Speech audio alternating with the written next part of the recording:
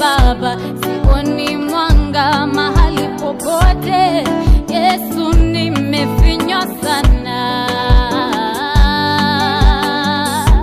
Oh, nataka hii sasa na hofu ile haiji kesho. Baba, nipe uvumilivu, uvumilivu. Baba, nipe uvumilivu, uvumilivu, uvumilivu, uvumilivu.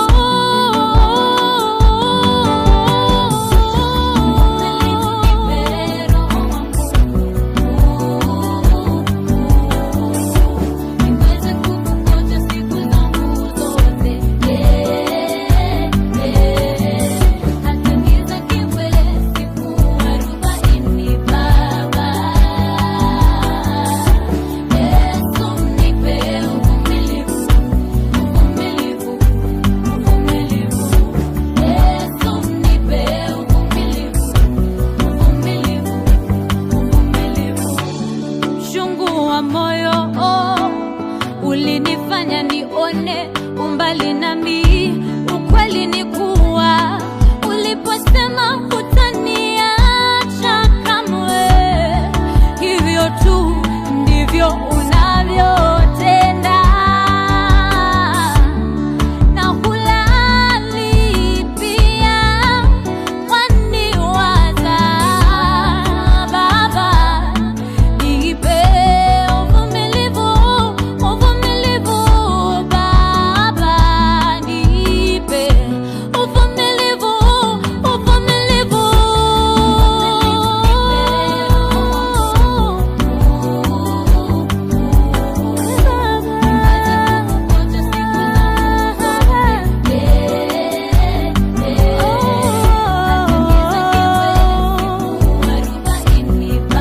Siku zangu zote nikungoje. Uvumilivu, uvumilivu, uvumilivu. Yesu,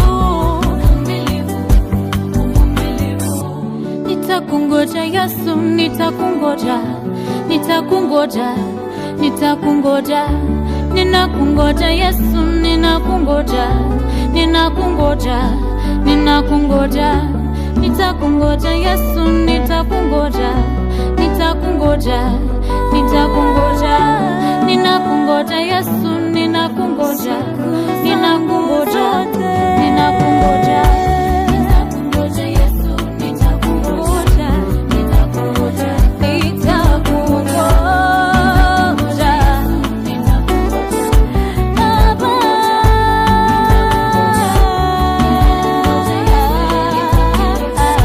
nitakungoja. Oh, Yesu, nitakungoja Yesu, nitakungoja, nitakungoja, nitakungoja. Nitakungoja, nitakungoja, nitakungoja.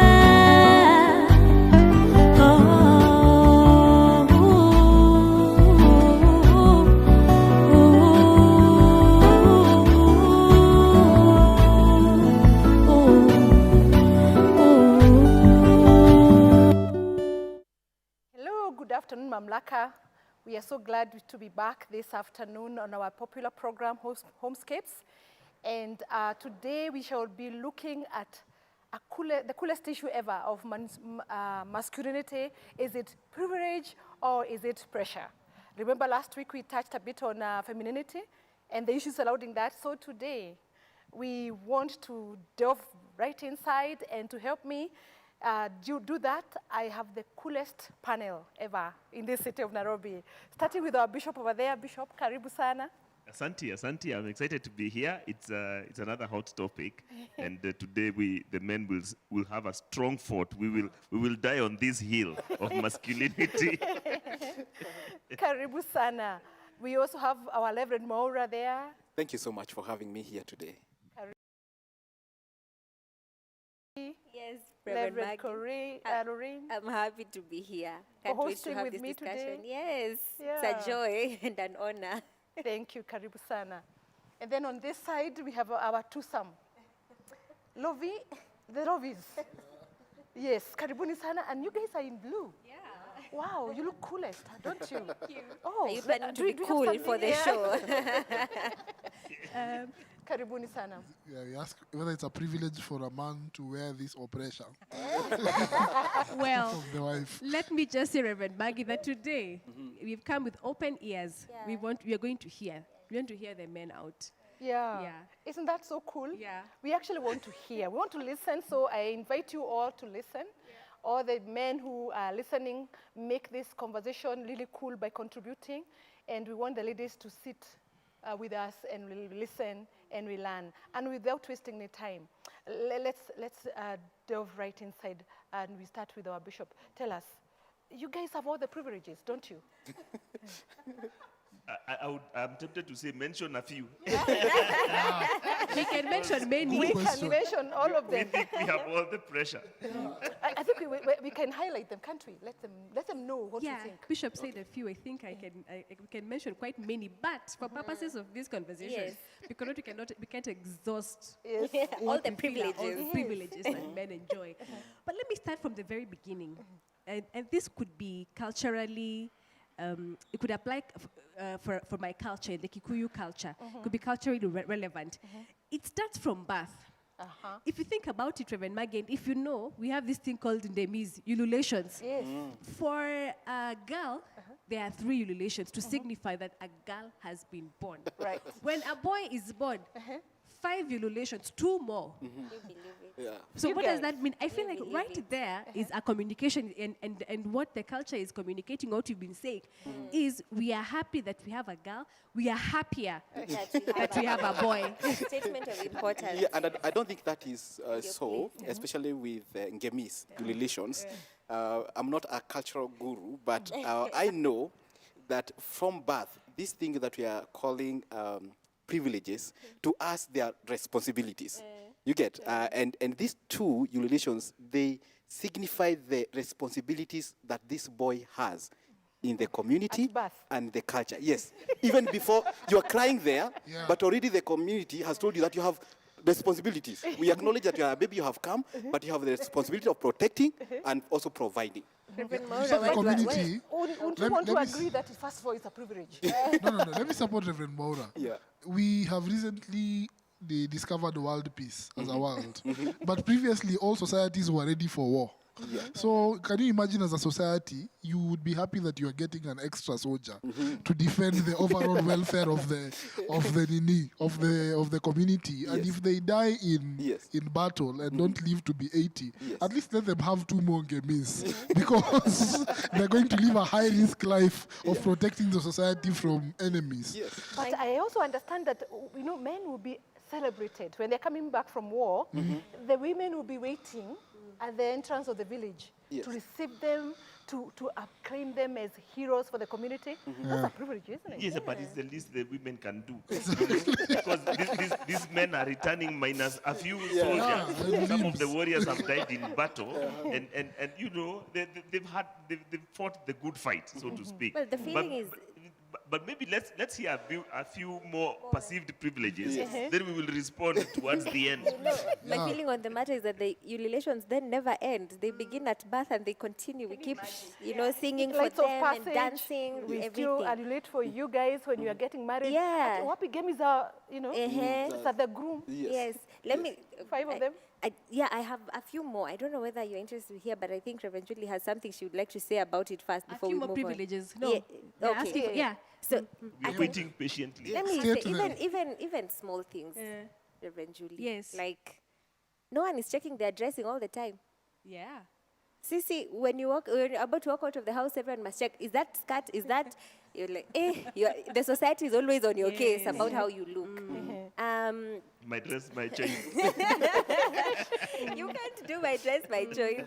You come to the home at night and you can just, get in and sit down and put your feet up and expect food. And no one will judge you for anything. You're just fine. Culturally, there are certain even parts of meat that are saved for the men only. Yes. It's like if women eat the world, something will go wrong in the world. Small things, but they are always communicated. You know, the men have a position. When Pastor Charles was reminding me that I said a statement before that you just need to be born a man. You just need to be born a man, and you have all the privileges in the world. Everyone is fine with you. All women in the world should submit to all men in the world.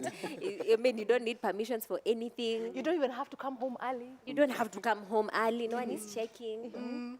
Yeah. Because if you come early, I mean, the responsibility again of providing, you get. If you come too early, I mean, the children will suffer. All these things that you're calling privileges, for me, I still go back to say that they are responsibilities from men, and we are doing that for the sake of our families and our children. You get. So imagine this man who is having this best part of the chicken. He has built that place for where the chicks are. They are hatched and all that. He has gone out there to look for for the grains and many other things. The only thing that he wants, you get, is that the drumstick. You get, and he just wants one. And then you can have the rest of the chicken. You get just that, which is You don't have a maximum of 2 drumsticks. and you have the chicken, and Even that the chicken has 2 legs. And the reason they consider it a privilege is because the man asked for it. Yes. If the man asked for the head, they would be, why is the man getting the privilege? It's just because the man asked for it, therefore it becomes a privilege. Because everything that is given to you from the societal perspective is considered a privilege. Let me just add one more before I give this back to the other people who have more views. Only men can look for their socks in the morning and ask you, na socks zangu zile za blue ziko happy? For those who may not understand, my blue socks. Where are they? But I'm like, but I do not wear those socks with you. Only they can have the privilege to walk into a house and say, so what are you cooking? What are we eating today? They have the rights. My clothes are dirty. Please make sure that I have this and this shirt for traveling tomorrow. I've even had someone say, where is our trouser? Just for clarity, that person is not me. Yes, because wear trousers. But seriously, isn't that a recognition of the gifting of the ladies? I think, like in terms of color, sometimes we can't tell blue from red. And so when I recognize that you probably would be able to spot my blue socks faster than I. Where are those blue socks? You see, the color is important. I might bring red ones, and you are the same one who will tell me, that doesn't match with the suit you are wearing. So to preempt that, give us our blue socks so that we may wear that, and we may be well matched. And it's also a compliment to your intellectual capacity. I'm just saying that you are the one that brings order to this home. This is a man admitting defeat rather. That I do not have enough order in my life, and I thank God that I have you who has brought this order. And therefore, I am relying on your superior intelligence to show me where the blue socks are. I will not argue with Reverend. He has a very heavy point. Maybe then how it is asked is how the question is. When you ask, where are my blue socks? That's you're communicating. You're responsible for my blue socks. Yes. I'm not saying that's Reverend Lovie. I'm not saying that's how he asked. I'm just saying. I'm just saying. But then, Reverend Maggie, allow me to point out one more privilege. We've mentioned it in passing, but for many of us, when we grew up in our context, we grew up with, the mother wakes up first. You have to figure out what will be had for breakfast. Sometimes even the father has a special thermos, a flask of tea, and a special cup just for him. Never mind the children, the ones that are growing up, but the father will have the larger portion. Yes. And then nini wengine you'll jipanga with the kidogo that's left. Okay. Reverend Mora talked about coming back in the evening. The man has been thinking about the family, so please allow him this drumstick. But even in context where both mother and father go to work, you'll find that you've both come home at the same time. Perhaps the wife has even come after the husband. The husband got home a long time ago, put his feet up. You'll come try to figure out, where are my children? Have they eaten? How are they? Have they slept? Have they been fed? Has my husband been fed? And this, on top of thinking about yourself and your work. So the privilege, really, to be thoughtful. Even what you eat, what you wear. That's a privilege. Now, my late mom, the chapo, it was not enough to present my dad with a chapati. it was returned on fire and put an egg.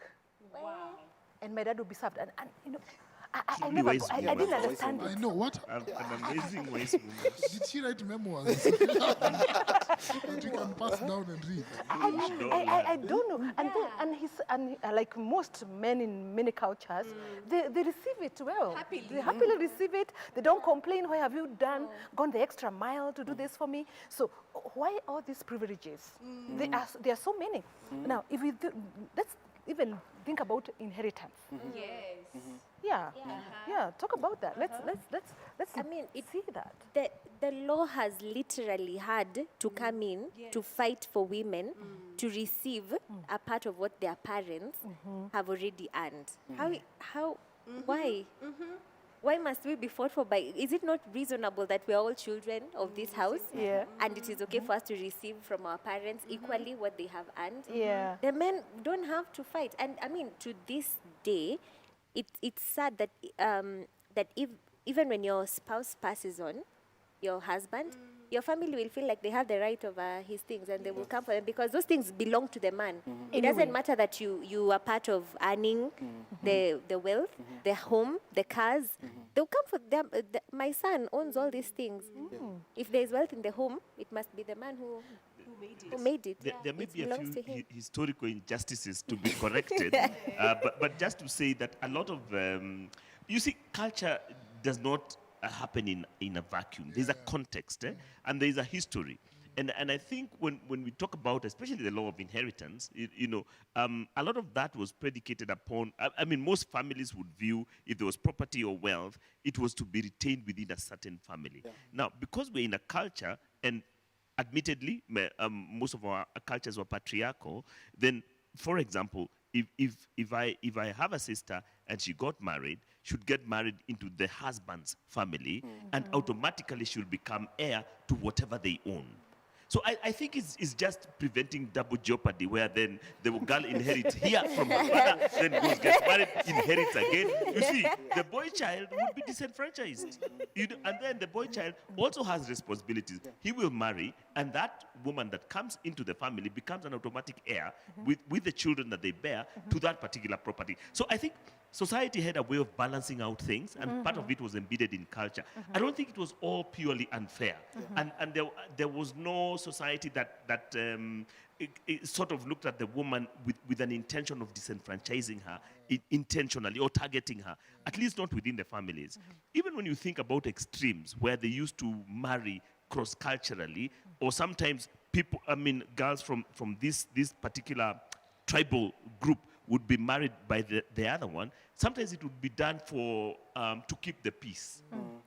And the fact that we have our daughter there, it means we can't go to war with that tribe, because we are harming our own. So not everything that culture did was retrogressive or negative. Some of it was actually to maintain the peace, and the authority of the woman being in that particular culture, even though it was not her culture of birth, means that bridges had to be built between those two. And I think it has happened even historically in the kingdoms of the past, just to maintain peace between two different, communities, and keep the peace. So I think some things could be said to be retrogressive, but not all of them. Culture had an internal mechanism of kind of, maintaining a balance and ensuring that there's equity and fairness across the board. Not in all cases, but in many cases. Again, we can argue as men, for example, was it fair that only men are supposed to go to war? And when you are attacked, at no time would anybody look at a woman and say, "Don't you hear we are being attacked?" No, it's like, get the children, run, get out of here. It was, yes, hide. And then we are left out there, it's a 300 all over again, sweat and blood. This is Sparta, And then after that, the women would come, they would play their role, bury the dead, then the society kind of continues. And that was not changed. And it was not looked at as unfair, So I think there's a way that society balanced out things for the general good of the entire society and community. Yeah. And I also think the man was being given a task to multiply the wealth for the next generation. So when they are given an inheritance, they're not told that now you go and eat. Go to Las Vegas, enjoy your wealth, you're a man.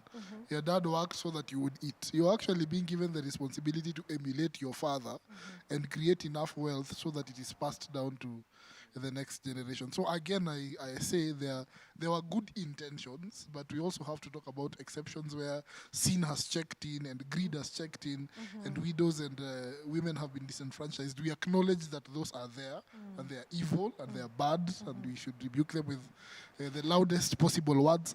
But again, that inheritance was also pressure to multiply and to make sure that there is wealth for the family and for the next generation. If I may just add then, as it is now then, Reverend Murray, I think you have something to say before. I mean, especially with that one of maybe sitting down and enjoying with the remote or something like that. I think for men, and especially for me, let me speak on my own here, is that home it's the only place that I feel I belong. It's a place of belonging for me.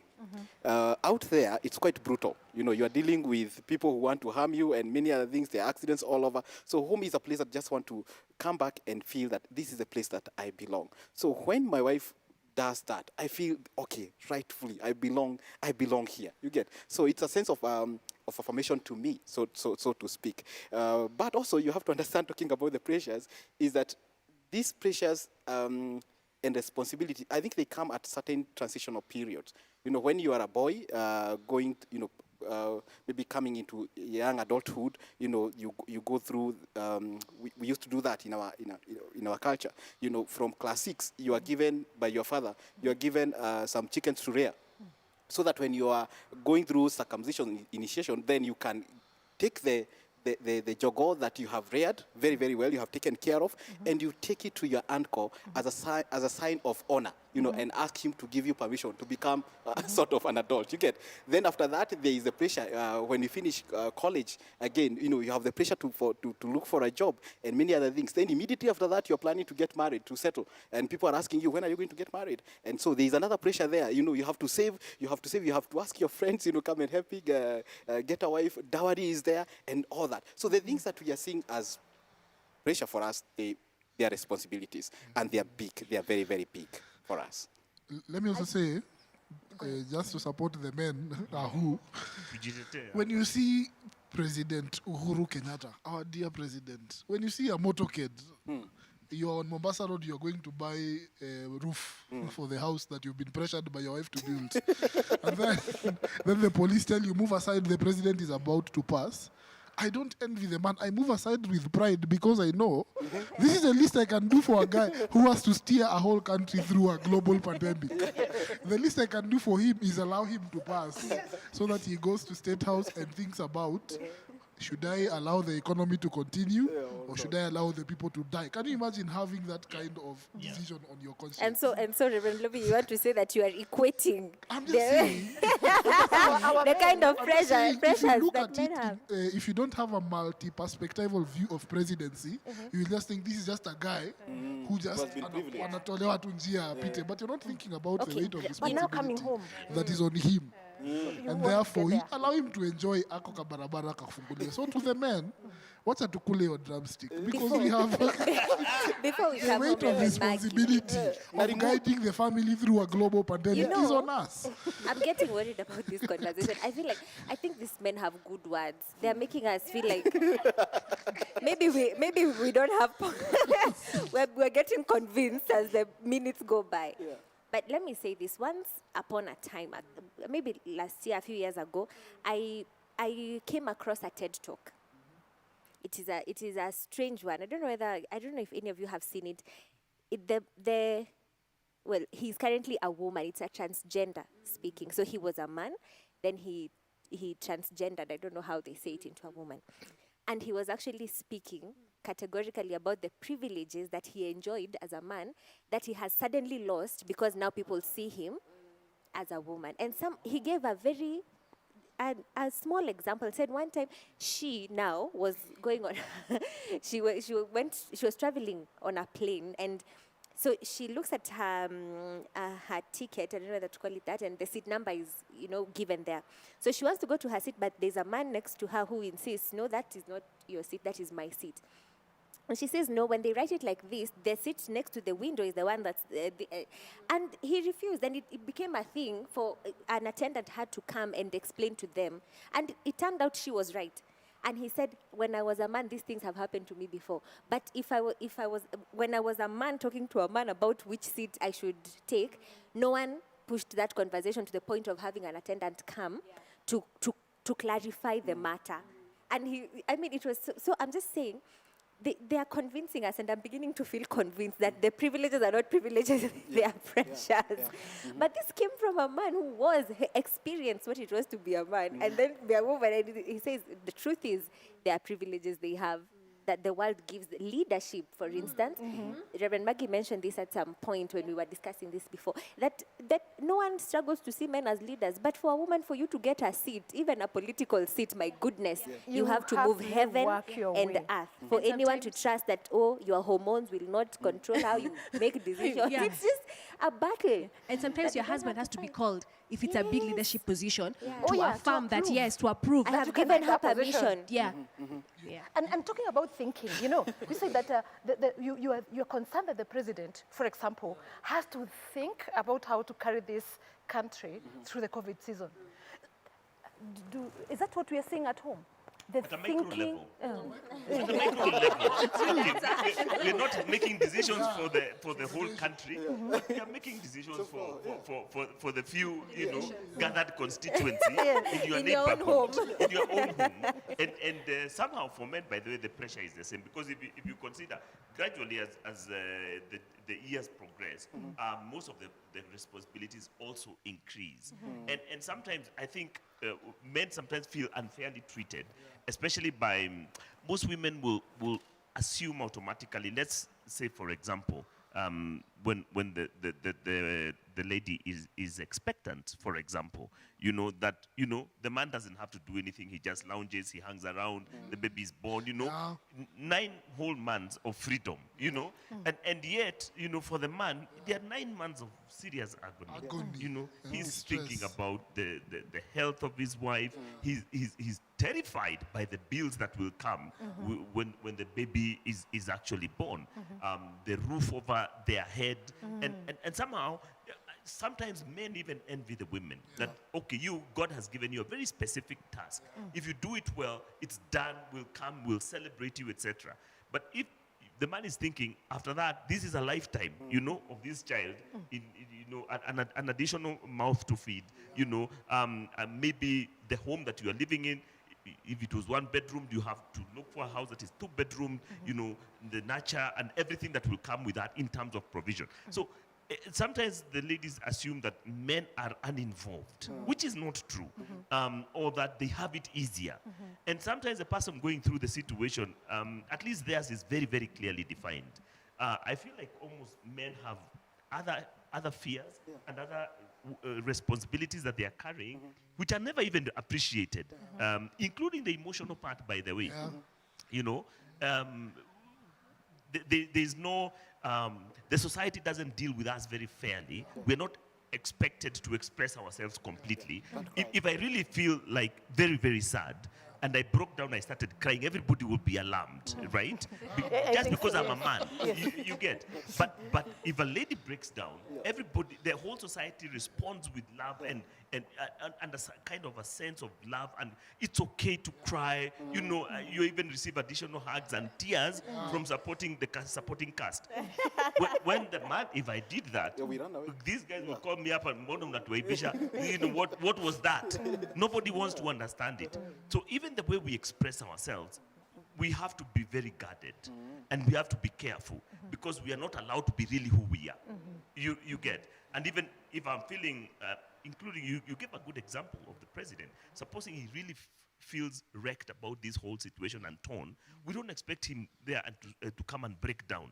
We expect him to come, look at us straight in the face. He says, this thing has hit us, but we are bigger than this. And, we will beat it. And, we want him to be certain and confident. And maybe that's not how he's feeling. But because he's a man, we don't give him that leeway. You know, you give us the straight talk and we are good to go. You know. So those are internal pressure. Maybe that's why men die quicker than women. You know, we hold so much. Yeah. But most women are concerned about a couple of things in terms of the privileges men enjoy. For example, some Proverbs 31 expect the man to sit at the city gates and receive honor. And the wife has worked, he has sold stuff. She's even considered a piece of property and purchased it. And they feel that's not fair. I want us to interrogate a little bit. Why do men want to sit at the city gate and receive praise and acknowledgement from the community? Accolades. But we are theologians here, my good panelists. And you know, anything with text without context is a pretext. You need to know what used to happen at the city gates. Decisions were made. Boaz was given a wife at the city gates. Scouting was done at the city gates. Protection was done at the city gate. So they were not sitting in, there was no Kempinski built at the city gate for men to sit and praise each other. It's just that they were talking about their women as they were working in protecting, judging, and taking care of society, while they boast about how they have good women who have their backs as they have the back of society. That's what the city gate was for. But some of the women have also expressed another concern, that most men at home, with all that knowledge, do not demonstrate any capacity that they are thinking about the family and the generations to come. They might not be expressive, but they're thinking about it. I mean, they're thinking global warming, peace in the Middle East. I mean, that's what these guys were thinking about. And with the remote That is their city gate. Happy that I want the to make English, an admission. the league is back. The football, they're now. I want to make an admission for the women. And I think we have failed as men in communicating. Because sometimes when you don't communicate what you have done, people think you have done nothing. It's true. So that's why it's I think I want to call upon all the men, start over-communicating so that perspective is held. Things that are not said are not celebrated. If the president does not present saying, you know, this road was built, these jobs were created, in my caucus here in Ruaka, I don't know what he's doing in Busia. He has to present it for me to know you're actually working for the country and there are tangible results in Busia of your presidency. So we don't communicate much about the things that we do, and therefore these things are not celebrated as much as they should.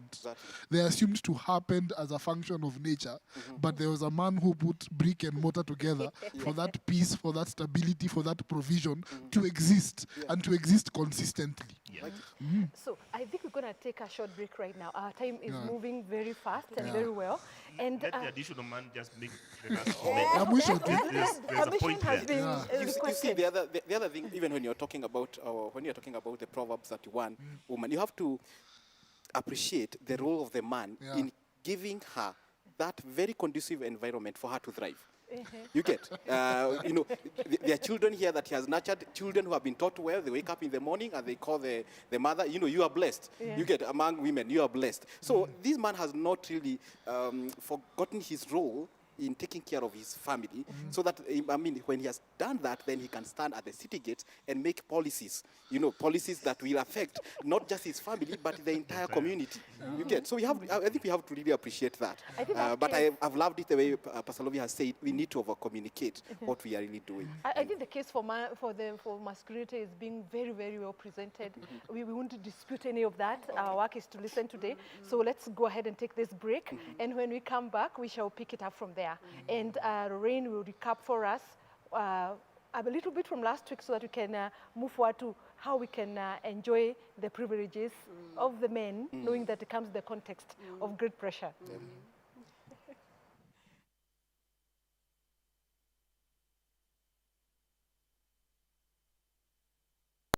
Now, this song is a song that you know. We just did a little twist on it. And what we call it reggae-fied. We reggae-fied it. We hope that we can praise the Lord together. Our God who is everlasting. The one to whom all blessings flow. Hallelujah.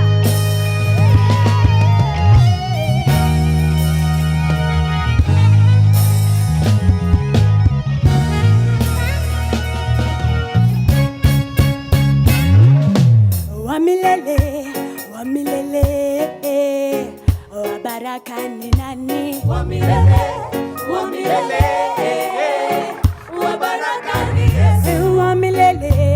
wa milele, wa baraka ni nani? Wa milele, wa milele. I know you have the hang of it by now. Sema wa milele, wa milele, wa baraka ni nani? Sema, sema, wa milele, wa baraka ni nani? Sema wa milele, wa milele, wa baraka ni nani? Sema, wa milele,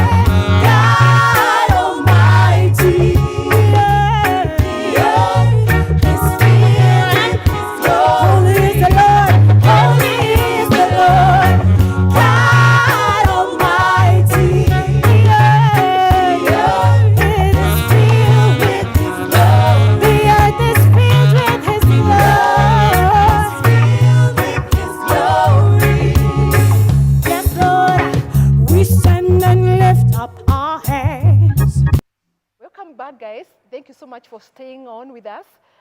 We want to go straight ahead and hear from Lorraine. Yes. Let me invite, usher us into the second part of this conversation and say, let me recap. Homescapes last week, we were talking about feminism. If you remember, if you are watching, if you haven't, it's there on our page. So, and we talked about the pressures that women are facing, the fight that we are, we need to fight for our position, equality, those things. And so that's why today we thought, maybe the men can also tell us if there is, because we assume that they just have privileges, and maybe they needed to share with us the pressures that they really face, the ones that we may not see, perceive as women. And so let me throw this again back to our gentlemen, both here, and if you are on our comments, by the way, we are seeing you and we will read them, we promise. That we may not perceive, but iyo ni mimi naambiwa. Yes, Reverend Lovely, you have the talking stick. Let me even sit properly. Sit at the edge. So that the point might not get lost in the chair.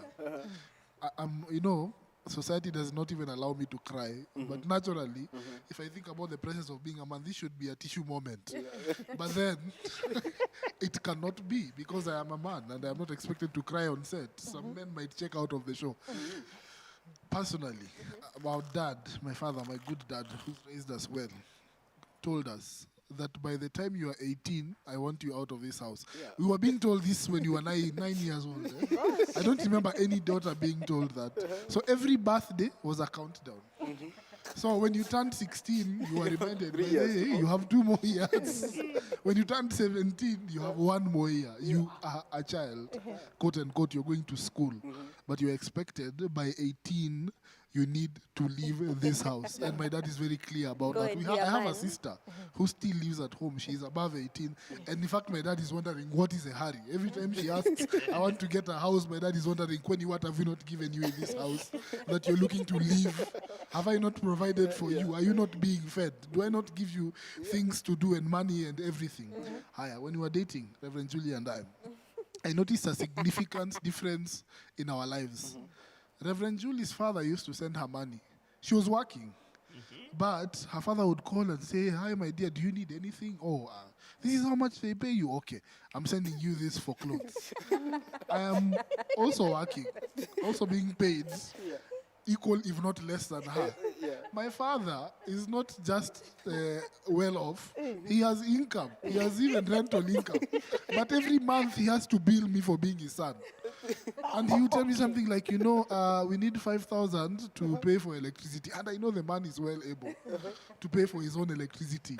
But I know there is a pressure that because I am a son of that home and I am a man in that family, I must. So I started, for example, let me give a hypothetical example. If my salary was 10,000 and her salary was 10,000, every month she had a +5 and I had a -5. And they still And want with to be that taken -5, I have to take her for to dates. Java. To Java. I have to take her for dates. I have to buy her gifts. There was no expectation on her to buy me anything. In fact, if she buys me a gift, she's applauded. If she pays for the bill, she's looked at as Mother Teresa of Calcutta. She should be idolized with Wangari Maathai for just doing a simple societal duty that for us is an expectation. So this to me, and many more which other men will contribute, are the pressures of being a man. And it starts early on, from the days you are a boy. You're told that this is really coming. become part of our DNA. At this time, I actually feel quite wise. I want to unleash an African proverb. And this is what it says. A leopard's spotted skin marks him as the king of beasts. Will he then complain if the same spots direct the hunter's aim? Meaning, we are not complaining as men. This is our reality. This is where we live. We know that this is what society expects of us. And we step up to it, And instead of being sent money, you are being asked for money because you are a man. So, and we don't say, no, as men, we are being discriminated. We just step up and do our thing, And so I think those are part of the things that should be appreciated. That, yes, back to the drumstick. Watch akule koka drumstick. The man has suffered. And not only that, I mean, you get married, like when I got married now, I thought I didn't have money to buy a car. And I thought that it's not good for me to take my dear wife to Mololine and all that and try to get a seat. So what should I do? I hire a car. All the way, I drive it to back home. My mom thinks and tells other ladies there, women there, that my son actually has, he's progressing well with life, and even he has a car, but at that moment, because she has this expectation that I must grow in a certain way, I can't even say that this is a hired car, you get. Just then I was about to, to return the car on Saturday. My mom tells me, no, tomorrow on Sunday, with your car, you have to take her to Shamba or to church, so that others may see. She's not telling me, but I can judge. She wants, to tell others that this is how my son is, and all that. And I have hired the car. You get. Then we come back, and I have to perhaps look into ways of how to fill this gap, this financial gap that was left. Immediately come back to Nairobi, I'm trying to fill that gap. People from the village say, now this road of ours, which is close to us, it has potholes. Because we saw you coming with a car, please contribute to the community kitty, so that we can be able to make the road, and all that. That's another pressure that I have. You get, I have to again to look into ways of how I can get the 6K, because I can't let my people down. So there's that social pressure, there's community pressure, there's also peer pressure. You get. My friends are buying cars. Lovi here has bought a car. I've not. What am I doing in this life? So I also have to see that I'm doing something sensible in this world. You get. So imagine all those pressures, and you're just asking for a drumstick. On top of that, you will go visiting with your good wife, my good wife, and you go to this amazing home. And she makes a comment, hey, this was built by a man. She claims she, hey, what a man. And then she looks at you knowingly, you look away. Now, so there are a lot of pressures. Again, there are many of them are unspoken, like those ones, but they keep piling their expectations. I remember every time I would go visiting, with my good wife in those early days when I was in the business world. The society expects you to say something or to do something. So my father-in-law, who was a businessman and a very good one at that, all our conversations had to do with, okay, by the way, there is a plot that is being sold here, and it is very, very good. You see the other one that has been fenced. It was bought by a very young man, and it's available. I'm here. I can negotiate for you. So the pressure of expectations, you are being told, and this I think is true, especially from our community. Our community deals very harshly with failure, economic failure, when it comes to men. It is like, this is not expected of you, and there's only one direction, and that is success. Exactly. One to you, if you have married a daughter into that from that home, then they don't expect anything less of you. And of course, the invitations you are saying are very real. If there's something happening around the home area, the villagers will gather, they'll come, they'll make an appeal to your mom or your parent and say, now we have seen your son, the kind of son that you have brought up. Would you enjoin him so that this road can be done? And of course, it's that they want to honor her in that way. And she's also proud to have a son who can be considered, as a community developer. So those are salient pressures that are unspoken, but we carry them with us. We may not be vocal in saying it, but somehow, constantly as you walk, this community or this society expects better of me, and that's a continuous an expectation. Allow me then to direct this. The wives here, their husbands are here. Maybe this is a chance for you to tell them, when you make comments like that, are you necessarily piling pressure on them, or you're just making a factual statement that indeed a house has been built by a man, or a car has been bought by a man, a Range Rover has been bought.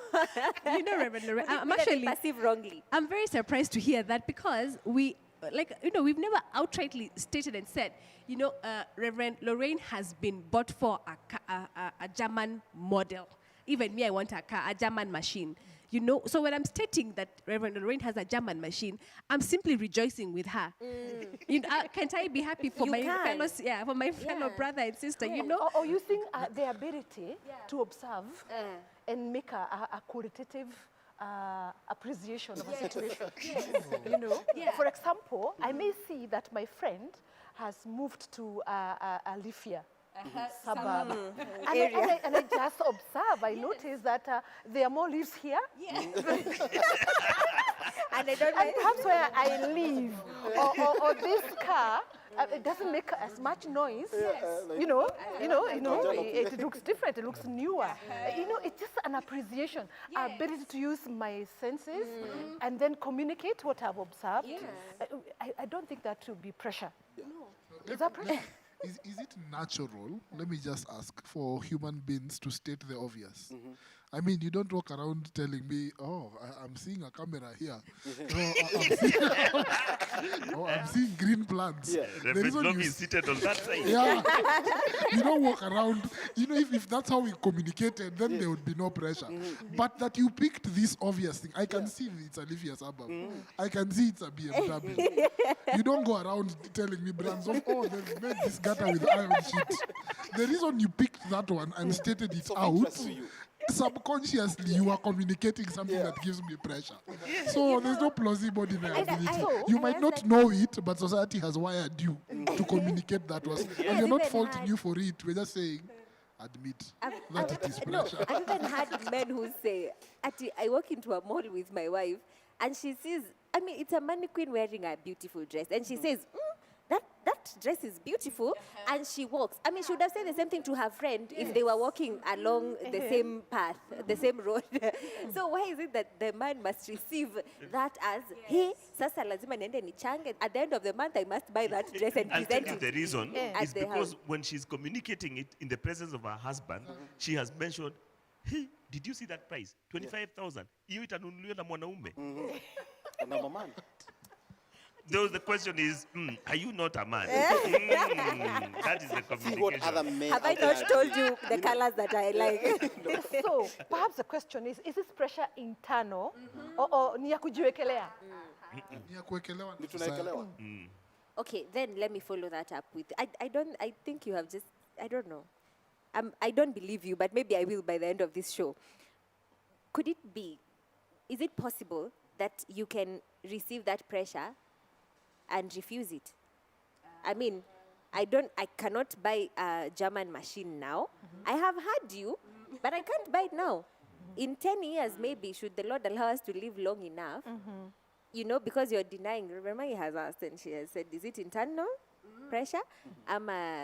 Ni ya ukweli umeekelewa. So let's even assume umeekelewa your pressure. Whether you bear Can it you now refuse or the in the pressure? future, it is still pressure. You see, even if I postpone it to 10 years, it is still mine to buy. I will not pass it to anybody. So the fact that it has been communicated, it has been stored in my data and my file. Unaona, sasa ile memory yangu inaenda ikiisha because more and more is being occupied by the demands. And because we are men, we are wired a certain way. We are solution seekers. You won't just make a comment to a guy, and this is when you're doing PMCC, you know that this is an issue. When the woman comes to wear, I will walk to her wardrobe and say, what do you mean? Oh, these are 25, 30, 45 dresses. What do you mean you don't have? Because we are wired that way. So the fact that you came to me, later on, the ladies will talk and say, no, I was just expressing how I was feeling. We are not wired like that. Why come to me if you don't want a solution? That's how we think. So by the time you're saying, hey, I've already recorded, my wife would like a dress like that. But she has concluded it's too expensive. I cannot afford it because I am not the kind of man who should be able to afford this. I will rise to the occasion, and one day, her next birthday, I will bring it, that it may be well on record that I too can afford it. That's how we are wired. But some ladies have complained and said they're looking for this knight with a shining armor to their rescue, and they're not finding. So why is the man, if the man is waiting to rise to the occasion, so is the night? The challenge that you guys brought to us last week of feminism, equality, you want to be treated the same, you're also earning the same amount of money. Unknowingly, you are ceding ground of the privileges that you have been given by society, some of it very subtle. In fact, most of it, you even think negatively of it, like, women are emotional, etc. We see it as a freedom that we have been denied to express our emotions. When you want to put food on the table, just like I do, again we are saying, you're ceding a privilege that, society has already convinced me that I'm the provider. So I'll go out there, I'll make sure there's that meal.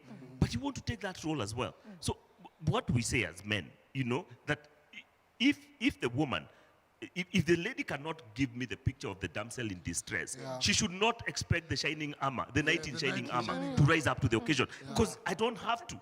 You've shown me, well, you don't need a knight in shining armor. You can rescue yourself. So I'll sit back with my remote and just enjoy my series, one after the other.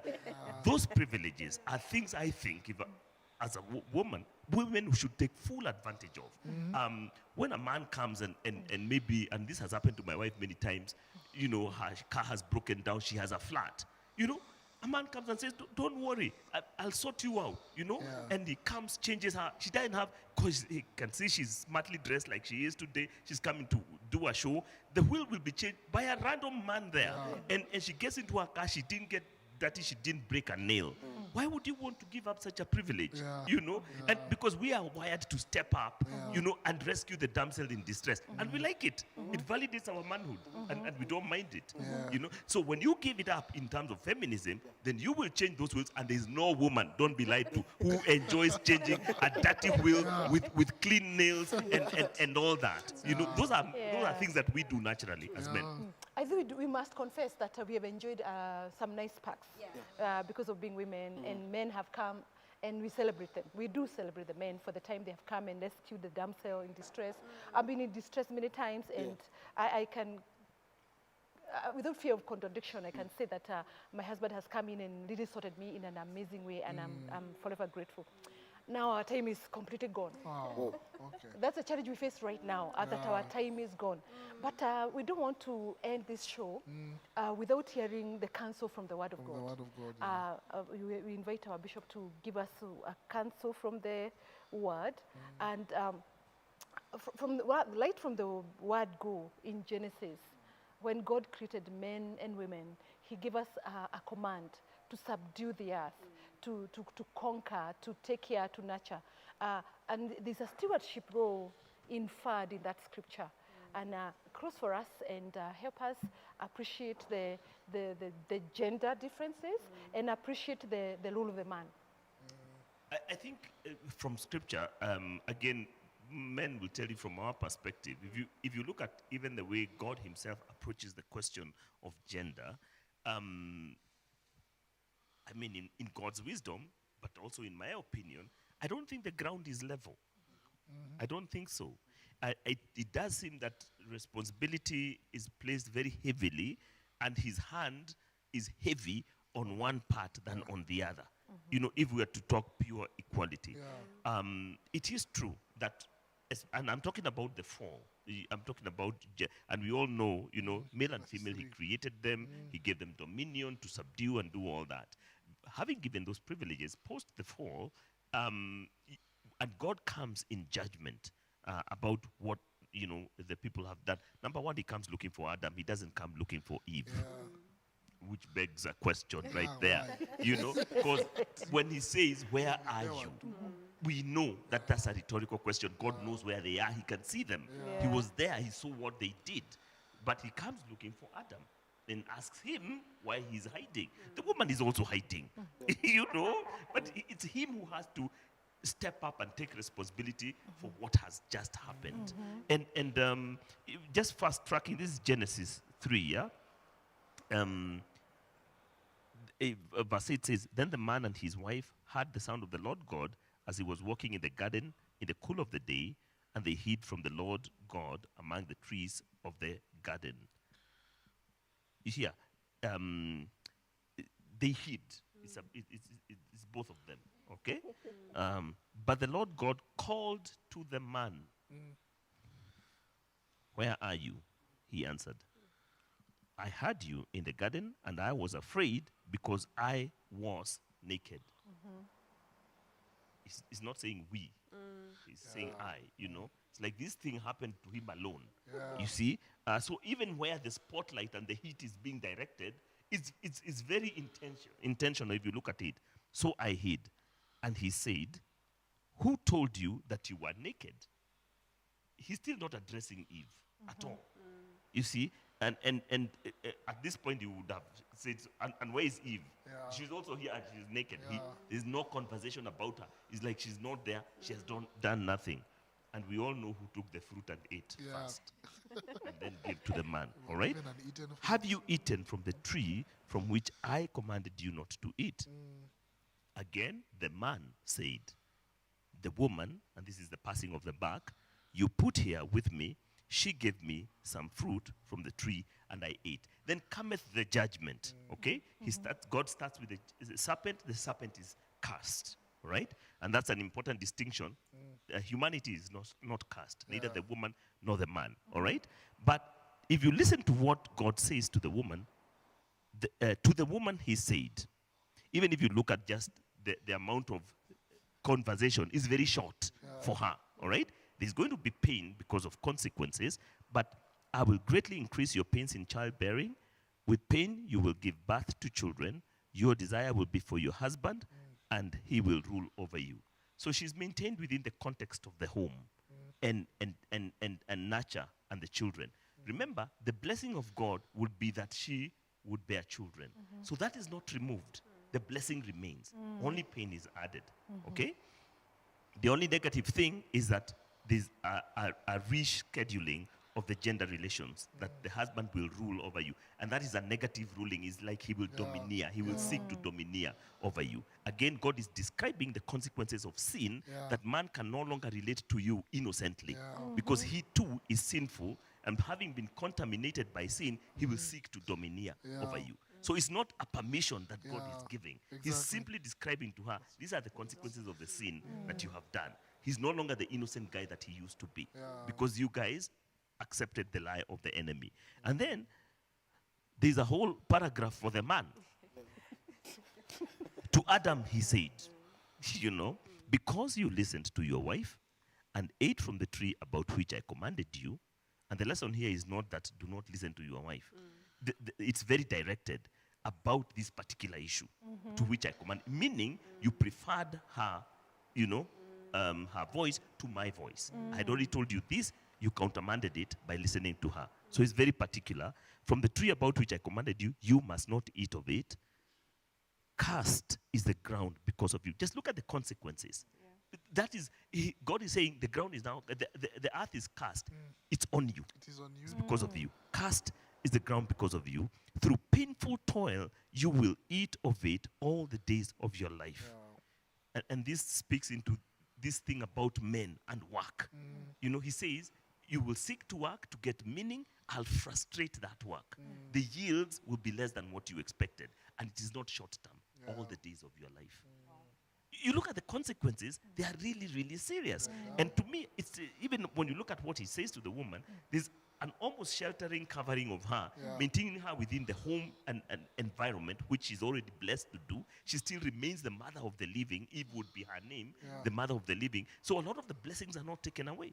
But for the man, this was going to define you, your work. I've cast it. I've cast the ground. So there's frustration. It will produce thorns and thistles for you, and you will eat of the plants of the field. By the sweat of your brow, you will eat your food. And then the curse of death is also on him, until you return to the ground, since from it you were taken, for dust you are, and to dust you return. These are very hard words, you know, spoken to the man from God himself. And it's difficult. Adam named his wife Eve because she would become the mother of the living, of all the living. There's almost an immediate affirmation, again, of the role of the woman.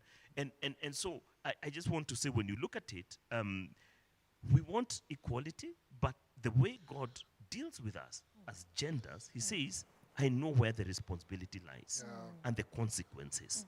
And so that hand is equally heavy on the man. And so I would say, I think the women should take their privileges and enjoy them thoroughly, and not want to share the stress of the men. Because by asking for equality, you were saying God would equally have come to Eve and said, what is this you have done because of this? And all those words would have been spoken to her.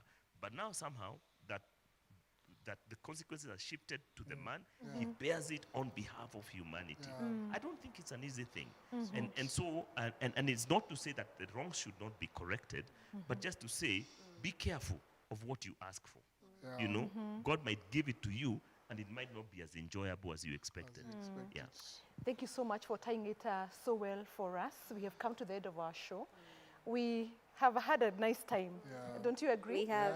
And thank you so much for making it so vibrant. Our Bishop, Reverend Maura, Lorraine, Julie, and Lovie. Thank you so much, everyone. And we can't wait for next week, Friday, to pick up another informative and vibrant conversation. Our viewers, thank you so much. Mamlaka Hill Chapel and our friends all the way from New Jersey, Noel Wall, we see you. Alice Muhinga, we see you. Waithera Bundi, Gloria Omenya, Sabina, Nyabura, Waboi Mwaura. We thank you so much. Enoch Bet, we see you and we appreciate your time with us. And we look forward to sharing another hour together next week on Friday. God bless you and God keep you.